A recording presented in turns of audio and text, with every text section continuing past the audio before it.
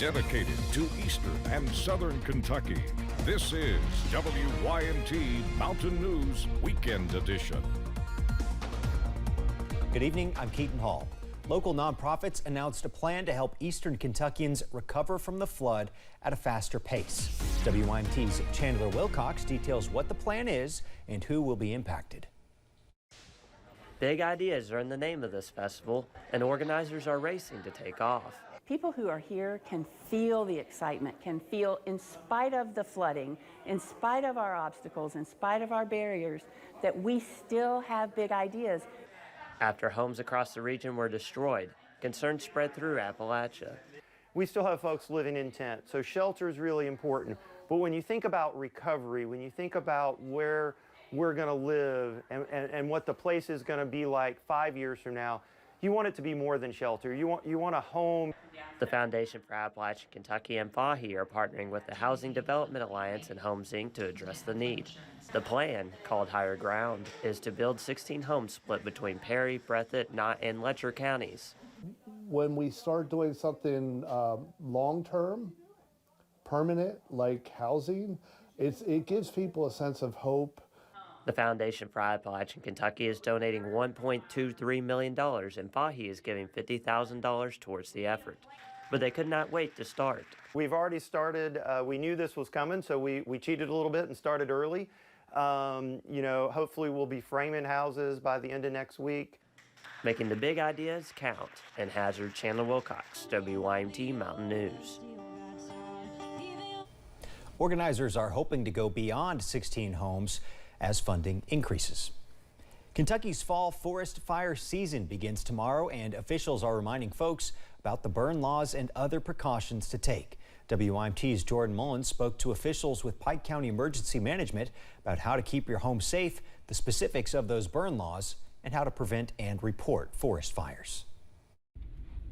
Emergency management officials in Pike County are reminding folks that fall forest fire season begins soon. Between October 1st and December 15th, several laws regarding burning brush or trash go into effect. There is a burning ban. You can only burn from 6 p.m. to 6 a.m. Not within 150 foot of the wildland forest area. Officials are also advising people to keep their homes safe in case a wildfire gets out of hand. The biggest thing is for people to try to have a perimeter around their homes.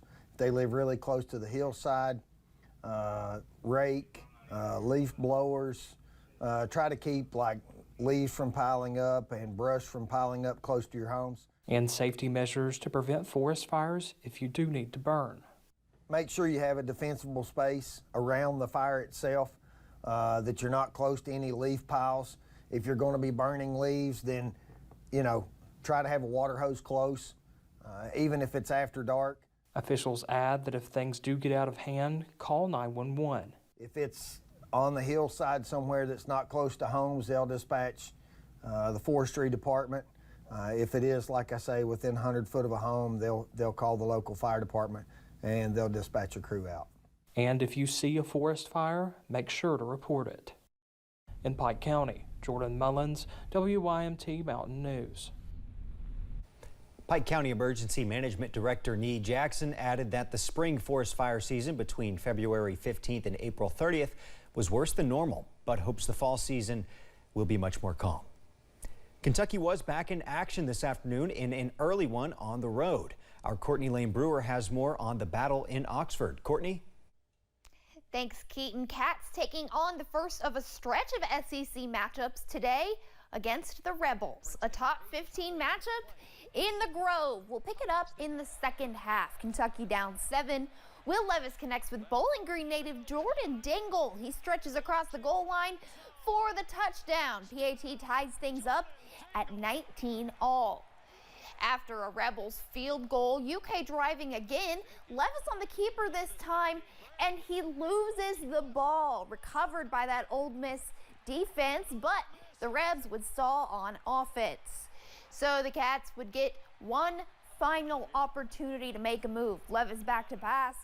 Pressure collapses and the ball is knocked out of his hands. Ole Miss would be all over it. They bleed the clock to seal the deal. 22-19. Here's what Coach Stoops had to say after the game. Obviously a very difficult loss for our team. Heartbreaking for our players. I thought they played extremely hard, extremely tough, extremely resilient. We didn't play very clean. Well, I'll have more from Stoops and more on the loss coming up in sports. Keaton, back. Thank you, Courtney. Millions of Americans are currently battling Alzheimer's disease or other forms of dementia, but hundreds of Southeast Kentuckians came together today in hopes of becoming one step closer to a cure. The 2022 Southeast Kentucky Walk to End Alzheimer's event took place in London today. The event is an opportunity to not only raise funds for Alzheimer's Association, but it also gives the families and caregivers of those with Alzheimer's a sense of community. As on a personal note, I think each individual needs to take it upon themselves to learn more about it and to educate themselves, because you just never know when Alzheimer's is going to impact you.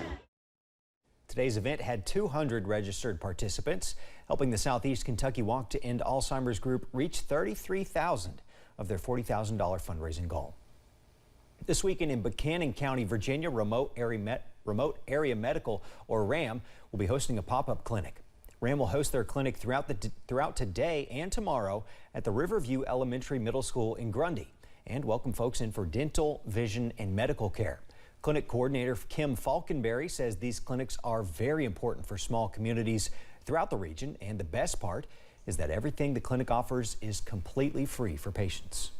All of the services we have here, everything from Narcan training to glasses to dental extractions, it's all completely free to our patients.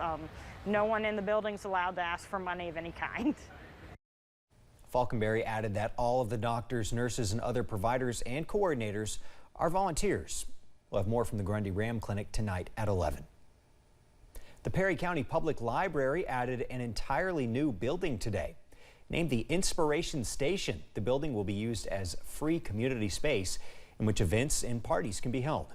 Executive Director of the library, Sheila Lindsay, says the grand opening brings light to the community. The library, a lot of people don't know the library got extensive flooding as well, so we've kind of rallied around. We wanted this for the public. We want to give something positive back to the public, especially now.